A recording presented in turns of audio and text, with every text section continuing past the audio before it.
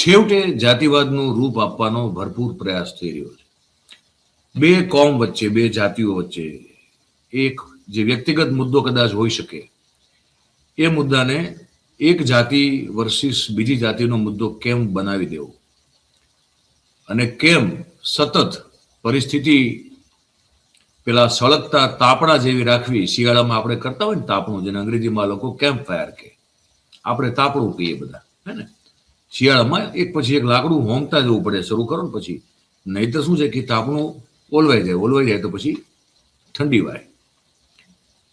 હવે તો ઠંડીથી બચવા માટે તાપણું સળગતું રાખવું જરૂરી છે, પણ અહીંયા ગુજરાતમાં એવી તો કોની એને શું જરૂરિયાત છે કે એ બે જાતિઓ, કોઈ પણ બે જાતિઓને એ વારો ગમે એનો આવી શકે, પણ એને સતત એમના વચ્ચેનો મુદ્દો એક નાનકડો કે વ્યક્તિગત હોય એને પણ બનાવીને ઝઘડો ચાલુ રહે, જાતિવાદનું ઝેર ફેલાતું રહે, એના પ્રયાસ થઈ રાખતા હોય.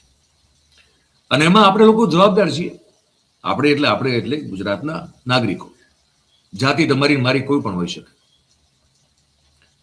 જાતિને લેવા દેવા નથી, માનસિકતા સાથે લેવા દેવા છે.